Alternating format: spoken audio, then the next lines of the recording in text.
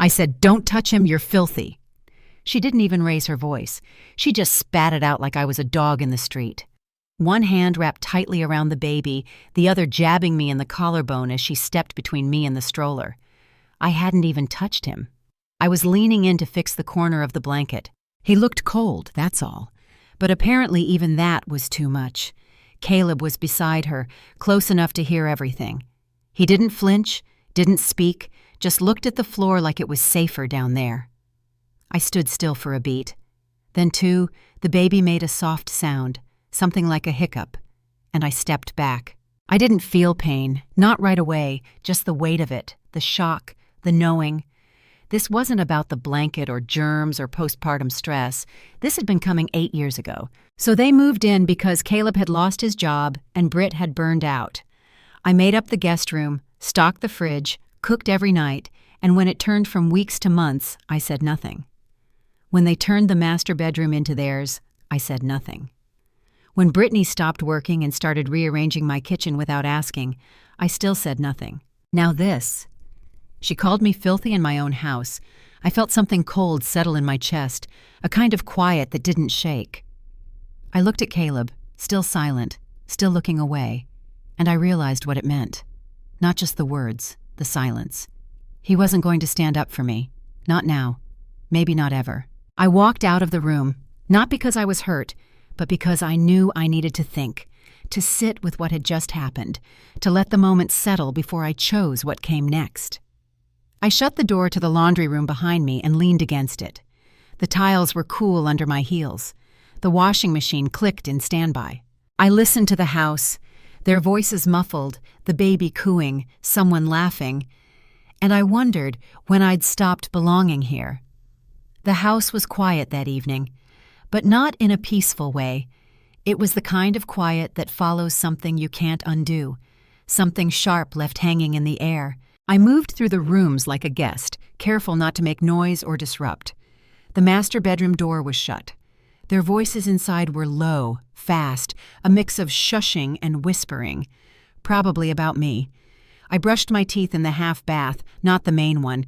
The faucet still leaked there. I'd meant to fix it months ago. I didn't even glance at the mirror. In the kitchen, the spice rack had been reorganized again. My labels peeled off. She liked everything in glass jars now, all uniform. No names, just chalk scribbles I could barely read. I searched for the tea I liked. It was gone. The garden outside the window had gone wild. The tomato vines were sagging. The rosemary, I think it was rosemary, had browned at the base. No one had watered it in weeks. I sat at the edge of the couch with my mug of warm water because even the tea didn't feel like mine anymore. The living room lights had been dimmed to a level I never used. Brittany liked it softer. I hadn't turned on the TV in months. The remote was always missing, tucked somewhere in their things. When Caleb came out to grab something from the fridge, he didn't meet my eye. He opened the door, stood there too long, then closed it without taking anything, said, "Everything okay?" without meaning it. I nodded once.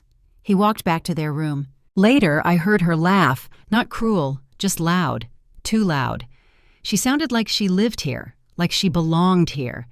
I climbed into the narrow guest bed, the one with the sunken center and the scratchy quilt. They'd left the laundry pile on top again.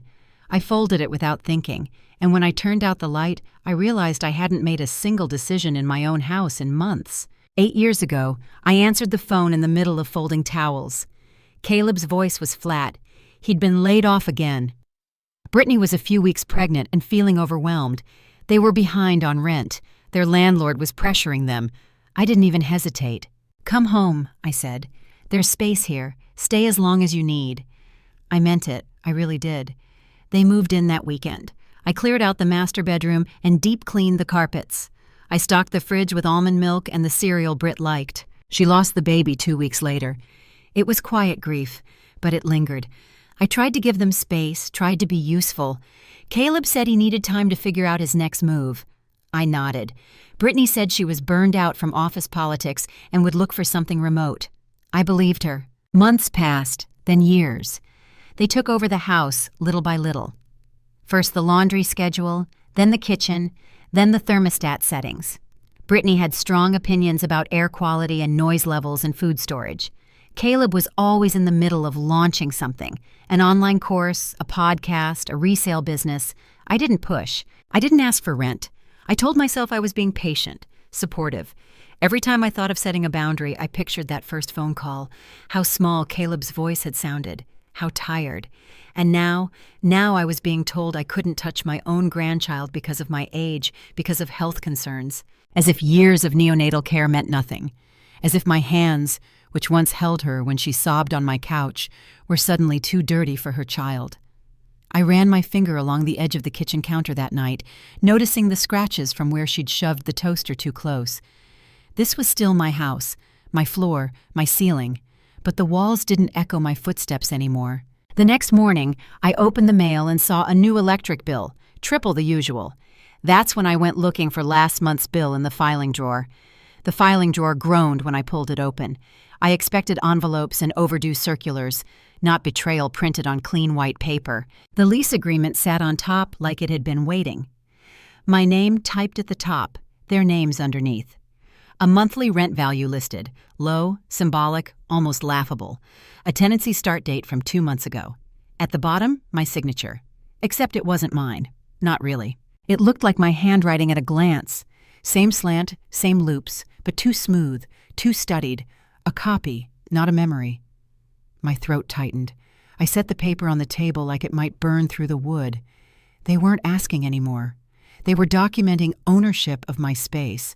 Quietly, officially establishing long-term tenancy rights without a conversation, without permission, without guilt. My pulse thudded slow and heavy. I could hear the refrigerator humming, the house breathing around me, unaware that its future had just thinned under my feet. I reached for the second page. Terms about improvements, shared spaces, residency protections, legal language designed to sound harmless, helpful, even comforting. Words like mutual benefit and family arrangement, words that blanket intentions and softness. There was no witness signature, no notary, just mine, my forged mind. I thought of Brittany's neat labels, her organized jars, her insistence on structure. I thought of Caleb, avoiding eye contact. All the pieces rearranged themselves in my head with a cold click. They weren't unstable anymore. They were comfortable, calculating. Outside, the wind rattled a loose screen. I barely heard it. My world had narrowed to this single document and its implication. If a lease could appear without my knowledge, what else was already in motion? I exhaled slowly, gathering the paper into a neat stack, corners aligned precisely. My hands steadied with purpose, not panic. When people make plans behind your back, the worst mistake is showing them the moment you find out. I slid the document into a folder labeled Insurance, closed the drawer, and locked it. Not out of fear, but resolve, and carried my quiet into the rest of the house. I waited until the house quieted into its late morning rhythm. Brittany had gone to a doctor's appointment with the baby. The house exhaled the moment the front door shut. Caleb was at the kitchen island, scrolling on his phone, a mug cooling in his hands. He looked tired, hollowed out around the edges, older than 34, but still my son. I didn't ease into it. There was no gentle doorway anymore. I placed the lease in front of him. Careful, flat, like evidence, not an accusation. He glanced at it once, twice, then back at me.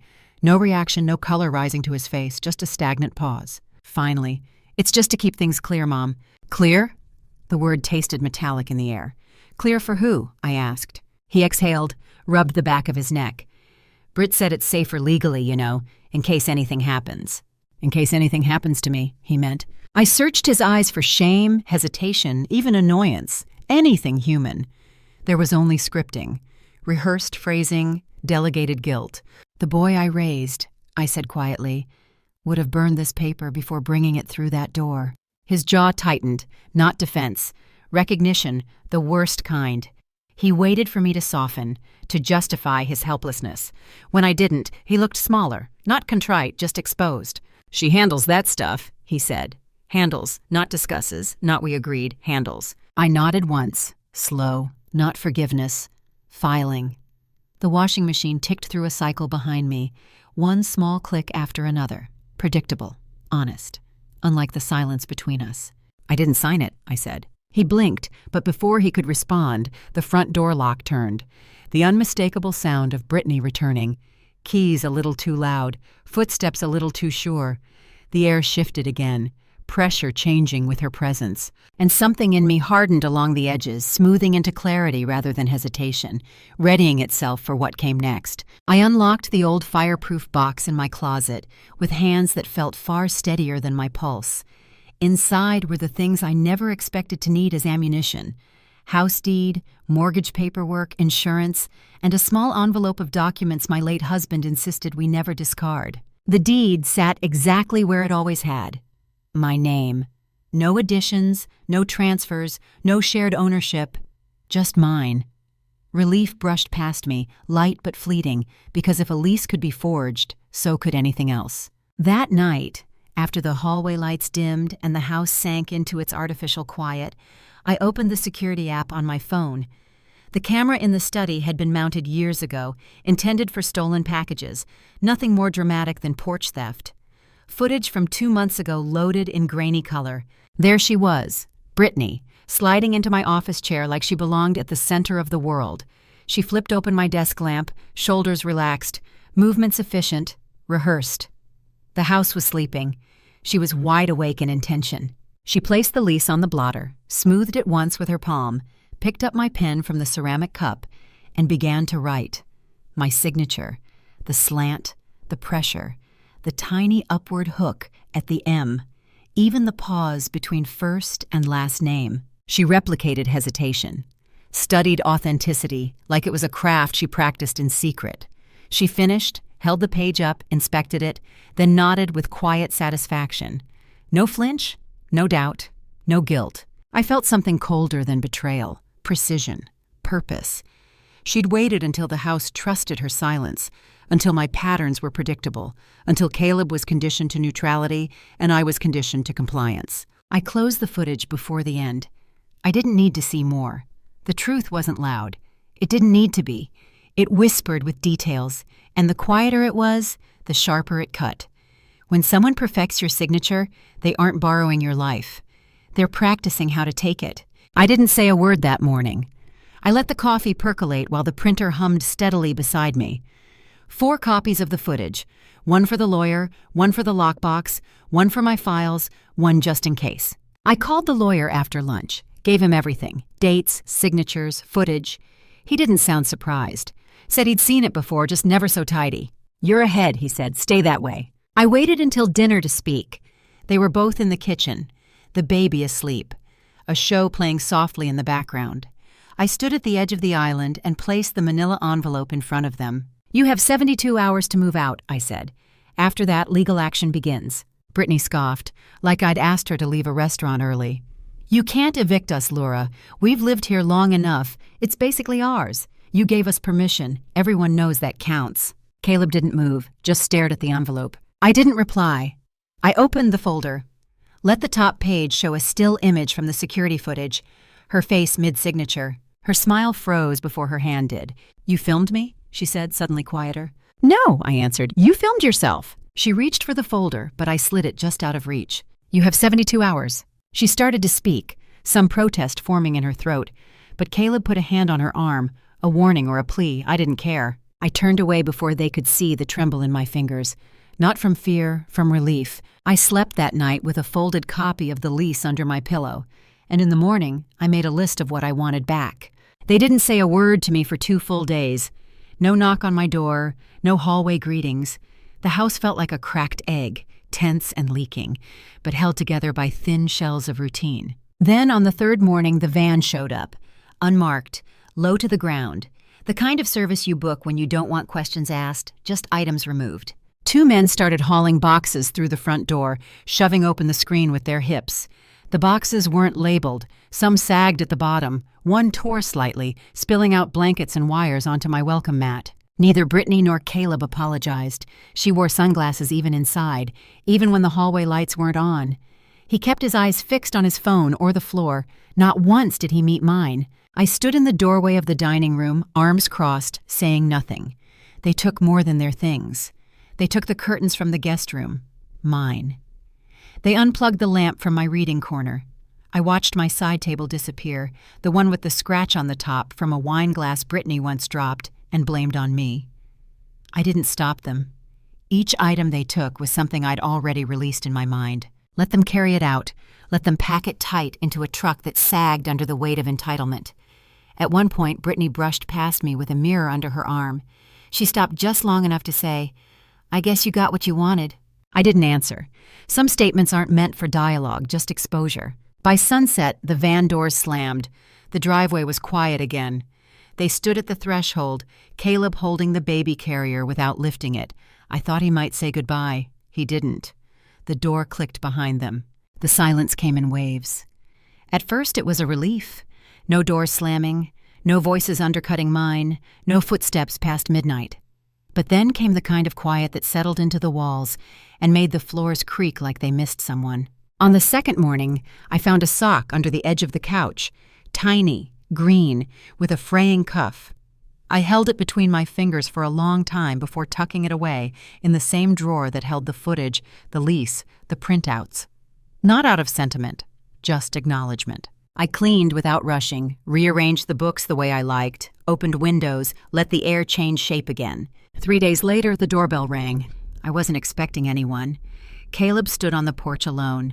No diaper bag, no stroller, just a man who looked like he hadn't slept in days. He didn't ask to come in, just stood there, his hand still resting on the screen door handle like he might change his mind. "She moved in with her sister," he said.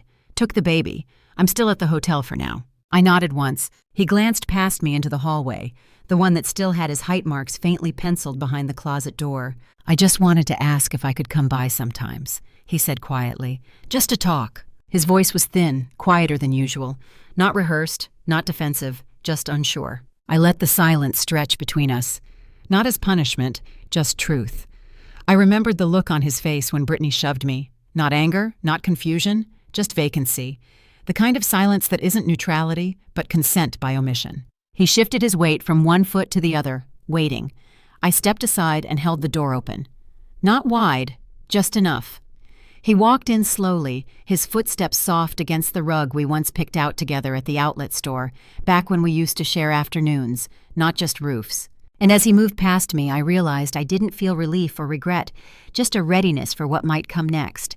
I moved my things back into the master bedroom the day after they left. No ceremony, no music, just the slow reclaiming of space. The closet still smelled like old paper and lavender, a sachet tucked behind my winter coat. Long forgotten, but still breathing. I changed the sheets, folded the quilt the way I used to. The bed felt like mine again. Not borrowed, not compromised. In the kitchen, the spice rack returned to its old chaos. Labels crooked, jars mismatched. I could find things again by touch, not by someone else's logic. The radio played softly in the morning, and when the kettle whistled, it was the only sound in the room. No heavy footsteps. No sighs that said more than words ever did. I swept the floor twice, not because it needed it, but because I could. My lawyer called 2 days later. He said the lease had no legal standing. The video was enough. The forgery was on file now, part of the record. He asked if I wanted to pursue charges. I told him no. There was something cleaner about letting it go than dragging it through court. I didn't need a judge to tell me the truth. I had seen it in ink, in silence, in every look that passed between them as they packed my things into their boxes. But just because I'm not fighting doesn't mean I've forgotten. I changed the locks. New codes, no copies. I keep the spare key in a drawer only I use. The front door opens to those I invite. And lately, I haven't invited anyone. Caleb stops by now and then, never with Brittany, never with the baby. Sometimes he brings groceries or sits for coffee. He doesn't ask to stay, and I don't offer. The house is quiet. But not the kind that presses down. It expands, breathes. I walk barefoot now, even through the hall, and every time I pass the mirror in the entryway, I see something I hadn't in years. My own reflection, unshrinking, present.